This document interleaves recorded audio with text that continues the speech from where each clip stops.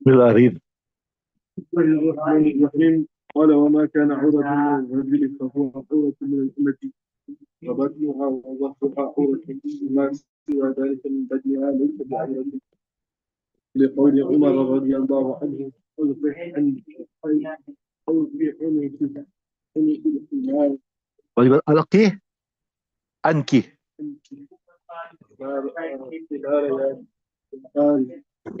لا دفاره. يا يا دفاري. أوكي.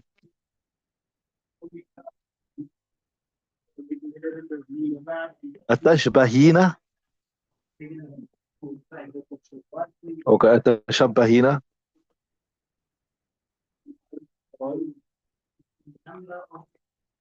وأنها تقضي الحاجة ثيابه لهلكها حادثة بزواجه محارم بحق جميع الرجال. أوكي. بسم الله الرحمن الرحيم.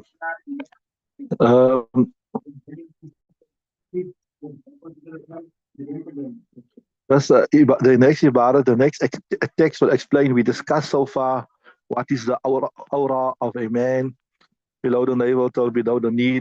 We discussed what is the aura of a woman, her entire body besides her face, hands, and feet. That's the original Masla in the Hanafi madhab. And then we discussed also that covering the face is wajib because it is saddan lil zara'i', something which is permissible, but we cut it off because of fear of fitna. Today we're going to discuss, inshallah, the masla of what is the aura of a slave girl.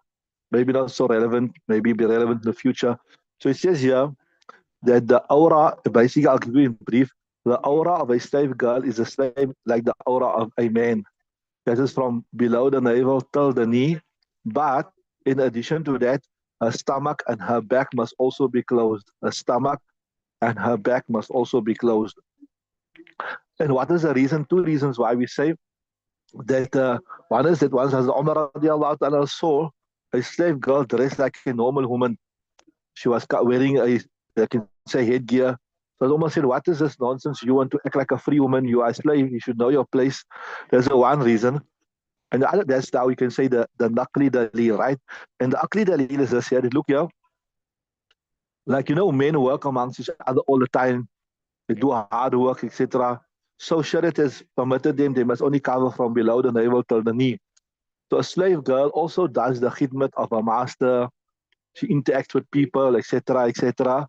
So it is only necessary for if she's like maybe sometimes she'll do physical work, she'll go to the marketplaces, she'll carry things, etc. So now to say she must cover her hair, she must cover her head and all that type of thing will be an inconvenience for her, right? So, وَمَنْ كَانَ أَوْرَةً مِنَ الرَّجُلِ فَهُوَ أَوْرَةٌ مِنَ الْأَمَةِ. That which is the aura for a man, وَمَنْ كَانَ أَوْرَةً مِنَ الرَّجُلِ فَهُوَ أَوْرَةٌ مِنَ الْأَمَةِ. It is the aura of Amma, same that I told you from. Right, but وَبَطْنُهَا وَظَهْرُهَا أَوْرَةٌ. But in addition to that, her stomach and her back is also the aura. وَمَا سِوَى ذَلِكَ مِنْ بَدَنِهَا لَيْسَ بِأَوْرَةٍ. What is besides that? So below the navel to the knee and the stomach and the back is not. Right? Why? لقول عمر, because of the statement of Umar, ألقي الخمار, remove your scarf. Yeah, dafatir. You got, yeah? Dafatir. I got, yeah, dafar. Right? Yeah, dafar. You got addressing a saver. And I got you, أتشبهين بالحرائر. Do you want to resemble a free woman? So in other words, you are a slave. You're supposed to know your place. Why are you going out of your place, right?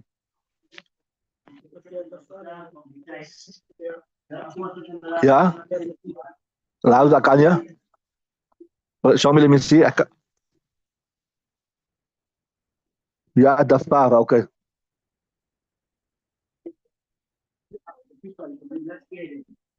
Yeah, Fatih, young girl, right? Okay, right. So that was, and also that was, now you can say the naqli dalil. And what was the akli, the akli dalil? وَلِأَنَّا تَخْرُجُ لِحَاجَةِ مَوْلَاهَا. Because sometimes she go out for the needs of a master. She have to go buy this from the marketplace. She have to buy that from the marketplace. في ثياب مهنتها in her work clothes عادة generally فاعتبر حالها بذوات المحارم. So like you know what is the aura between mahram, a man and a man? What is the aura of a woman in front of a mahram, technically speaking, like a girl in front of her father? What is the sister in front of a brother? Technically speaking, the aura between mahrams, a woman and a man, a mother and a father, is only from below the navel till the knee. So technically speaking, a mother can appear in front of her children with only from the navel till the knee covered up, right?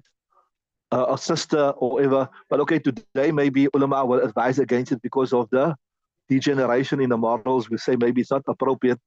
But technically speaking, that is the aura. So he's saying, same like what is the aura between mahramiyat, فاعتبر حالها بذوات المحارم في حق الرجال دفعا الحرج. So her condition will be considered like how a woman is in front of all her mahrams, right?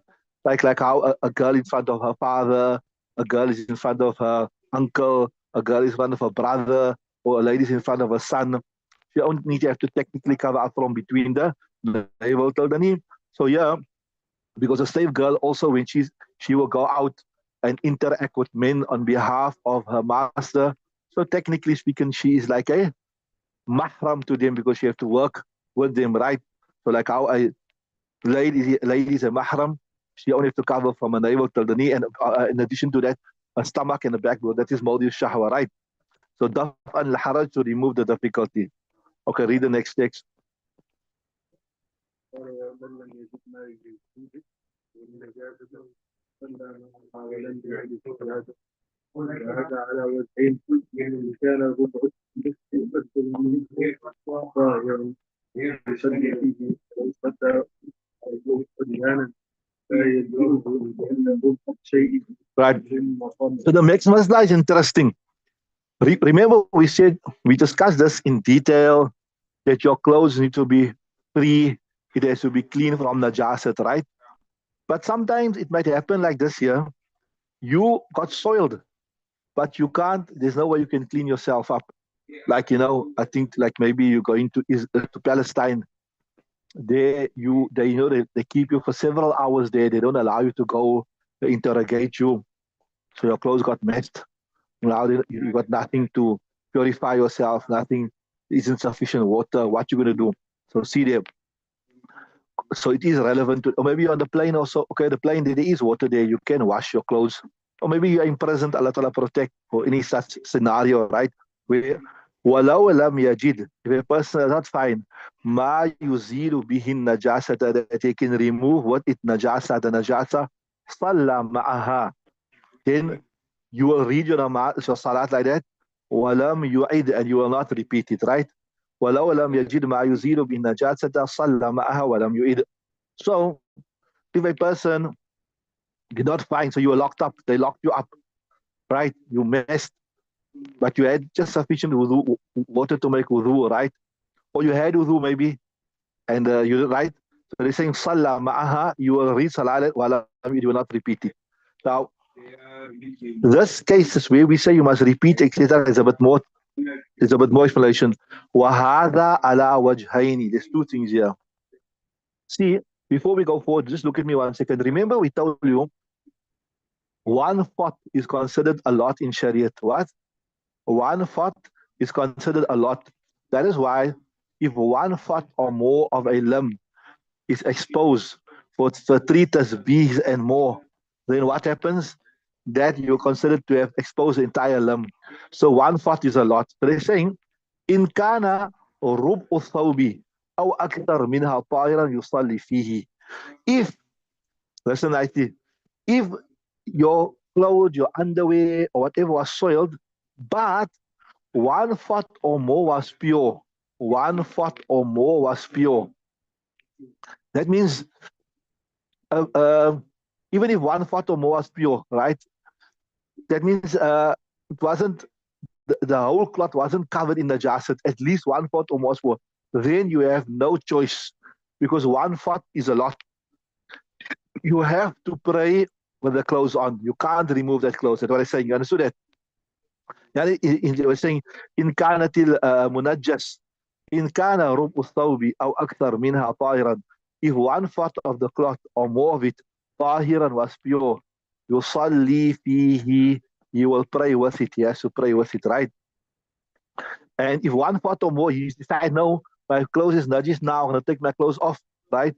ولو صلى أريانا لا يجزيه, if he decides to pray naked, right? If he decides to pray naked, whilst one fourth or more is clean of his cloth, it will not be sufficient for him, right? ولو صلى أريانا لا يجزي. Why?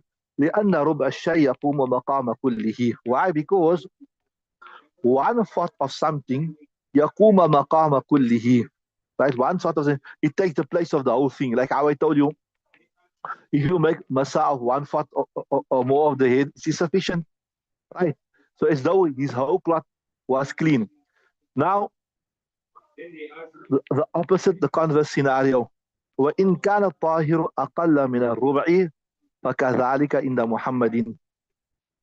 If the pure was lesser than one fourth, in other words, you can say 76% of the clothes was soiled. What?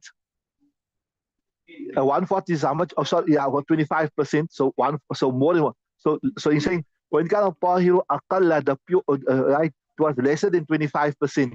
That means 76%, 77%, 78% of the kurta or whatever was soiled, right? وإن كان أقل من الربع فكذلك عند محمد. Then there's also in the coin Muhammad. What will you have to do? You will have to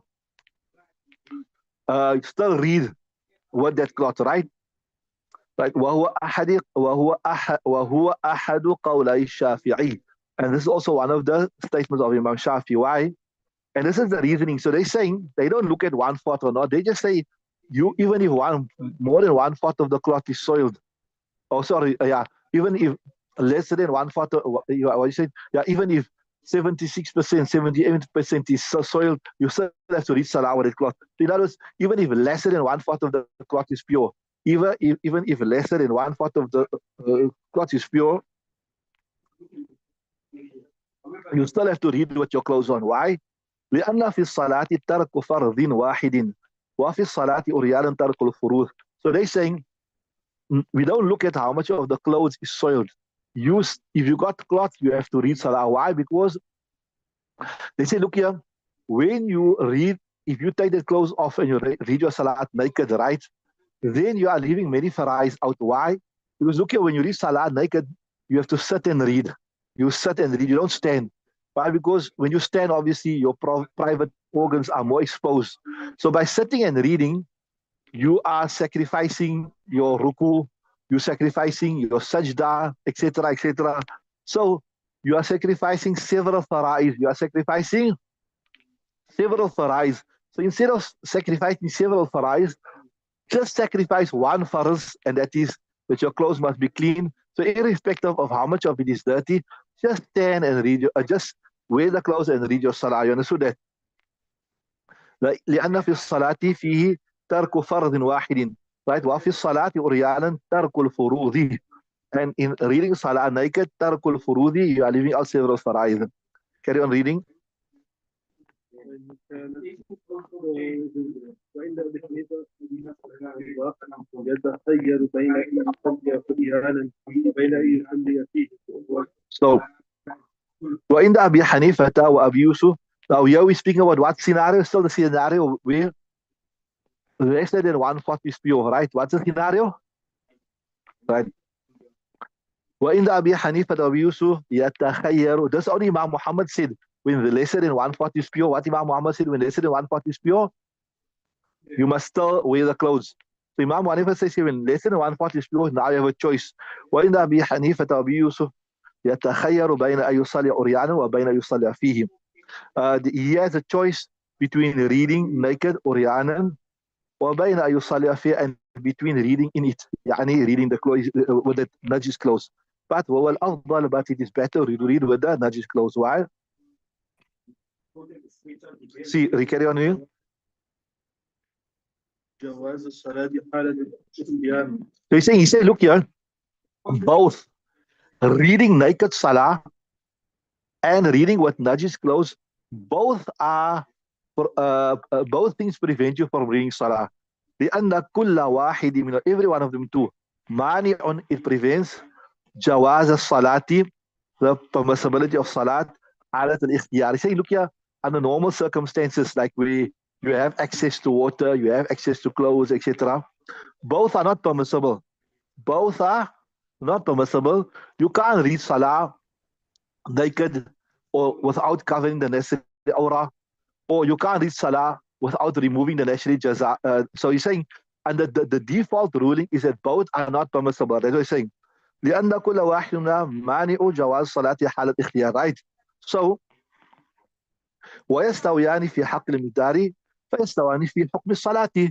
So they are equal. They are equal prohibitions. ويستويان في حق المدار. So فيستويان في حكم الصلاة. So in front of salah, both are the same. People, I'm sorry, both are the same with regard to the normal default ruling when you have access to these things. So same thing, when you don't have access, they both will be the same also. فيستويان في حكم الصلاة, right? Then also, وترك الشيء إلى الخلف لا يكون تركا. See, when you leave something out, but Shariat has given a substitute, then we won't consider it that you left it out. Like a simple example is, Shariat has allowed you, in the absence of water, what? To make tayammum. So this is tarkun ila badalin. So we say, وَتَرْكُ الشَّيْءِ إِلَى خَلْفٍ لَا يَكُونُ تَرْكًا. When something is left out, إِلَى خَلْفٍ, to a substitute, لَا يَكُونُ تَرْكًا. So as though you are not leaving it out, as though it is there, right? So when you read Salah naked, so to say, right, then Shariat has given you a badal to sit and read. So there is a substitute for it. والأفضلية لعدم اختصاص الستر بالصلاة واختصاص الطهارة بهما. So hence, both would be permissible. But now then you ask the question, why we say it's afdal to read with the najis clothes, right? وبين يصلي فيه, right? And he can read with it. والأفضل, and to read with the najis clothes is better. They say, look here, see, just look at me 1 minute. Whether you're in salat or not, it is not permissible to be naked. It is a hukum that encompasses salat time and out of salat time. Are you with me? And if you look at, for your clothes to be clean, there's only a condition for salah. So to have yourself covered is a more wider range compulsion. It's a more wider range injunction.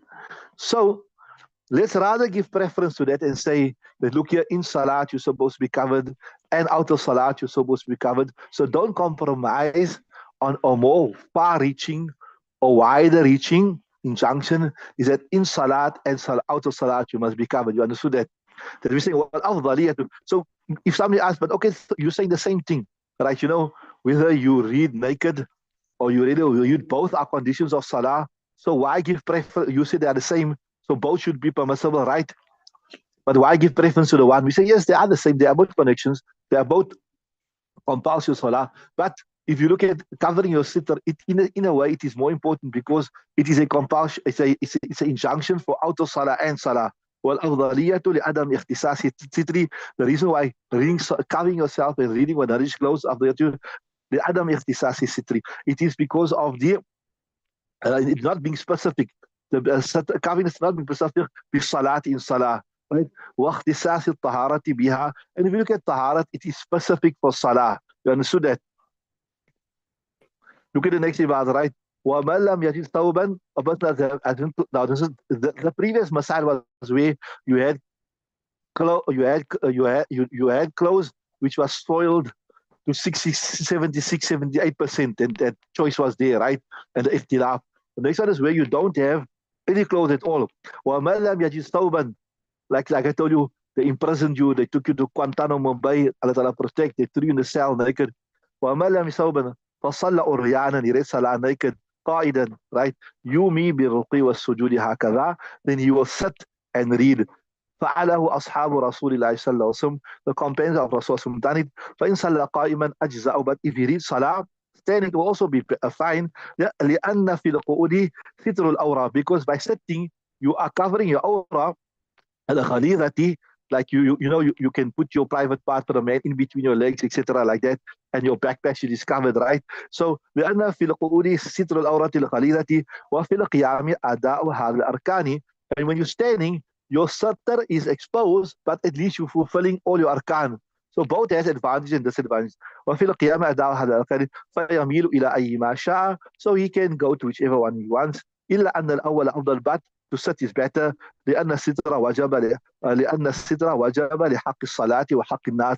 And here why it's better to sit, because look here, to cover your sitter is a right that you as an individual owe to the salah, and you owe it to the public. That's a right that the public hold over you. You can't come in front of them naked. لأن الستر وجب لها right. Right. ولأنه لا خلف له. And also look here, ولأنه لا خلف له هو الإيماء خلف عن الأركان.